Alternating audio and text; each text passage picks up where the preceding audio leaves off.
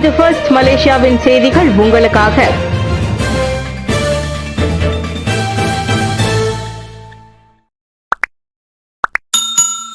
மக்களை பாதுகாத்திடும் நோக்கில் 10,000க்கும் மேற்பட்ட இணையதளங்கள் முடக்கம். MCMC அதிரடி. மக்களுக்கு கெடுதலை கொண்டு வரக்கூடிய 10,000க்கும் மேற்பட்ட இணையதளங்களை மலேசிய தொடர்பு பல்லூடக ஆணையம் முடக்கியுள்ளது.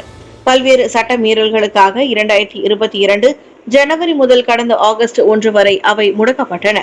அவற்றில் சுமார் 96 விழுக்காடு இணைய சூதாட்டம், இணைய காப்புரிமை மீறல், இணைய மோசடி, முதலீட்டு மோசடி, இணைய விபச்சாரம் என 5 முதன்மை பிரிவுகளின் கீழ் வருபவையாகும்.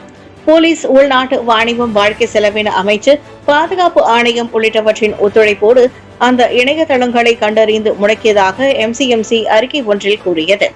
அவற்றை முடக்கியதன் வாயிலாக ஆழ்கடத்தல், சிறார் விற்பனை, போதைப்பொருள் போன்ற தடை செய்யப்பட்ட பொருட்களின் விற்பனை உள்ளிட்ட மற்ற குற்றங்களையும் ஒடுக்க முடிந்திருப்பதாக அவ்வாணையம் விளக்கியது.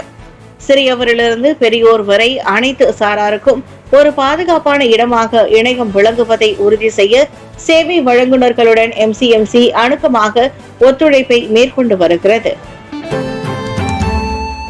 பள்ளி வளாக கழிவறையில் 3ஆம் படிவ மாணவி கற்பழிப்பு, தோட்டக்காரருக்கு 10 ஆண்டுகள் சிறை பிரம்படி. என் மனைவியை நேரில் பார்த்து மன்னிப்பு கேட்கும் வாய்ப்பு எனக்கு இன்னும் கிடைக்கவில்லை. ஜோஹர் மூவா செஷன்ஸ் நீதிமன்றத்தில் 46 வயது தோட்டக்காரர் நீதிபதியிடம் கூறிய வார்த்தைகள் அவை. பத்துபஹாட் ஆயஹிதாமில் உள்ள இடைநிலை பள்ளி ஒன்றின் கைவிடப்பட்ட ஆசிரியர் குடியிருப்பின் கழிவறையில் வைத்து மாணவியை கற்பழித்ததாக அவ்வாடவர் குற்றம் சாட்டப்பட்டிருந்தார். குற்றத்தை ஒப்புக்கொண்ட அந்நபர் நீதிபதி 10 ஆண்டுகள் சிறை தண்டனையும் 5 பிரம்படிகளும் விதித்து தீர்ப்பளித்தார். பள்ளியில், அதுவும் பாதிக்கப்பட்ட மாணவியின் பள்ளியில் வேலை செய்து கொண்டே மாணவியின் வாழ்க்கையை சீர்குலைக்க எப்படி மனம் வந்தது? பாதுகாவலராக இருக்க வேண்டியவரை வேலையை மேயலாமா என தண்டனை வழங்கும் முன் நீதிபதி அந்நபரை கடிந்து கொண்டார். உங்களிடம் ஒரு சில நிமிடங்கள் சுகத்திற்காக அப்பிள்ளையின் வாழ்க்கையை பாழாகிறதே. வீட்டில் இருக்கும் மனைவி, பிள்ளைகளை எண்ணி பார்க்க மாட்டீர்களா என்றும் நீதிபதி கேட்டார்.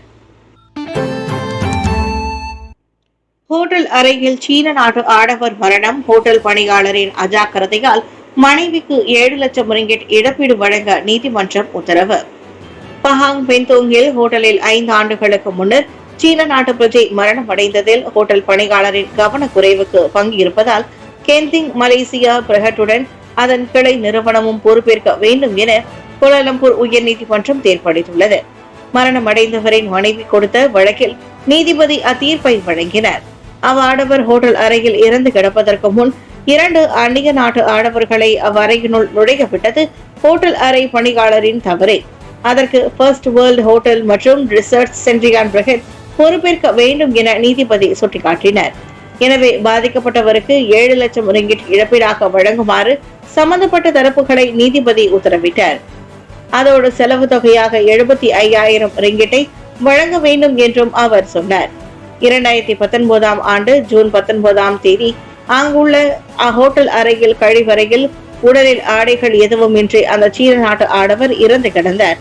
போலீஸ் விசாரணையில் அதற்கு 2 நாட்கள் முன் தான் இலங்கையை மற்றும் பாகிஸ்தான் ஆடவர்கள் இருவர் அந்த அறையில் நுழைந்ததாக தெரிய வந்தது. காதல் மோசடி, தனிமையில் இருக்கும் பெண்களை குறிவைக்கும் இணைய மோசடி கும்பல். லவ் ஸ்கேம் எனப்படும் இணைய காதல் மோசடிக்கு 40 வயதுக்கு மேற்பட்ட பெண்கள் அதிகம் ஆளாவதற்கு தனிமையே முக்கிய காரணமாக இருப்பதாக கண்டறியப்பட்டுள்ளது. தனிமையில் வாழ்வதால் இணையத்தில் முன்பின் தெரியாதவர்கள் அறிமுகமாகும் போது அவர்கள் எளிதில் காதல் வலையில் விழுந்து விடுவதாக பேராக் மாநில வர்த்தக குற்றப்புலனாய்வுத்துறை கூறுகிறது. அதற்கேற்றால் போல் மருத்துவர்கள், விரிவுரையாளர்கள் போன்ற நிபுணத்துவ பணியில் உள்ள பெண்களை தான் மோசடி கும்பல்கள் குறிவைக்கின்றன. அவர்கள் கை நிறைய சம்பளம் பெறுவதும் அதற்கு ஒரு காரணமாகும். சமூக ஊடகங்களில் அத்தகைய பெண்களை கண்டறிந்து விமானி, வர்த்தகர், ராணுவ வீரர், பெட்ரோல் எரிவாயு பொறியாளர் என மோசடிக்காரர்கள் ஆள்மாறாட்டம் செய்கின்றனர். ஏதோ பேசி வெறும் 3 மாதங்களில் பெண்களை தங்கள் காதல் வலையில் அவர்கள் சிக்கி வைத்து விடுகின்றனர்.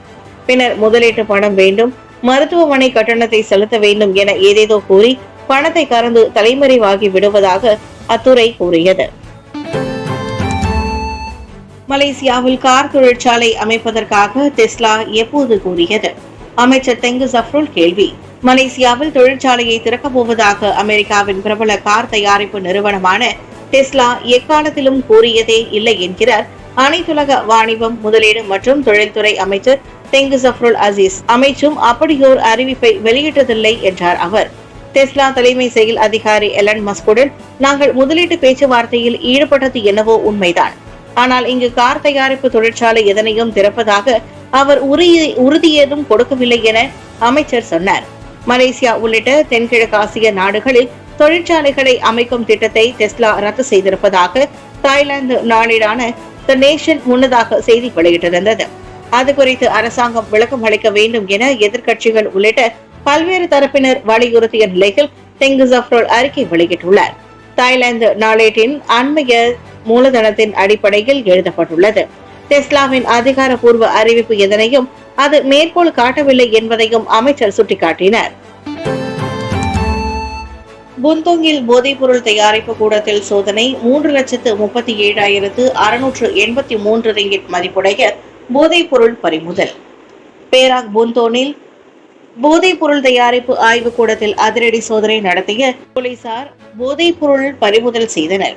அந்த நடவடிக்கையின் போது 1,12,25,000 ரிங்கிட் மதிப்புள்ள காரும் பறிமுதல் செய்யப்பட்டதாக பேராக் போலீஸ் தலைவர் கமிஷனர் டத்தோ அசிசி மாட் ஆரிஸ் தெரிவித்தார். போதைப் பொருள் குற்றவியல் விசாரணை துறையின் அதிகாரிகளை கொண்ட குழுவினர் ஆகஸ்ட் 7ஆம் தேதி இரவு மணி 8:25 அளவில் ஒரு மாடி வீட்டில் சோதனை நடத்திய போது அங்கு போதைப் பொருள் தயாரிப்பில் ஈடுபட்டிருந்த 37 வயது ஆடவனும் கைது செய்யப்பட்டதாக அசிசி கூறினார். மேலும் அவ்வீட்டிலிருந்து பல்வேறு ரசாயனங்கள் மற்றும் சாதனங்களும் பறிமுதல் செய்யப்பட்டன.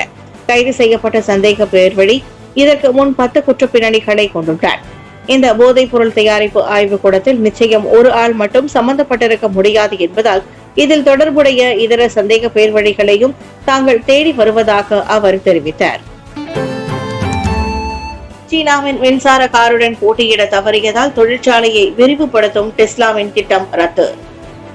சீனா தயாரிக்கும் மின்சார காருடன் போட்டியிட முடியாததால் இவ்வட்டாரத்தில் தனது மின்சார கார் திட்டத்தை விரிவுபடுத்தும் திட்டத்தை டெஸ்லா நிறுவனம் ரத்து செய்திருப்பதாக முதலீடு, வர்த்தக மற்றும் தொழில்துறை அமைச்சர் தெங்கு ஜஃப்ருல் அப்துல் அசீஸ் கூறியிருப்பதாக பிரதமர் டத்தோஸ்ரீ அன்வர் இப்ராஹிம் தெரிவித்திருக்கிறார். டெஸ்லா நிறுவனம் குறித்து ஆக கடைசியாக தகவலை தெங்கு ஜஃப்ருல் பெற்றுள்ளார். அவர்கள் இழப்பை எதிர்நோக்கியதால் சீனாவின் மின்சார காருடன் போட்டியிட முடியவில்லை.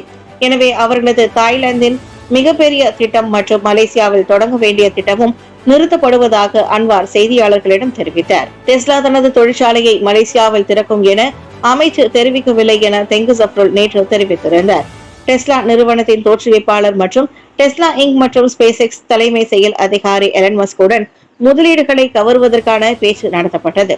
ஆனால் மலேசியாவில் தனது தொழிற்சாலையை தொடங்கவிருப்பதாக அந்த நிறுவனம் எந்த வேளையிலும் தெரிவிக்கவில்லை என தெங்கு ஜஃப்ருல் கூறினார்.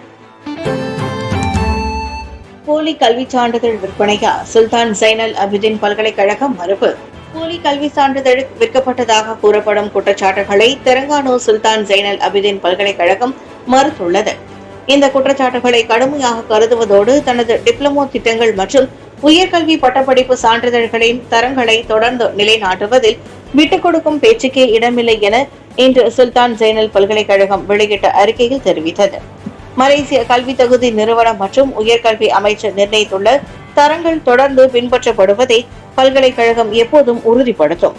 அதோடு பல்கலைக்கழகத்தின் நலன்கள் மற்றும் அதன் நற்பெயரை பாதுகாப்பதற்கு சட்ட நடவடிக்கையும் எடுக்கப்படும் என சுல்தான் ஜைனல் பல்கலைக்கழகம் எச்சரித்துள்ளது.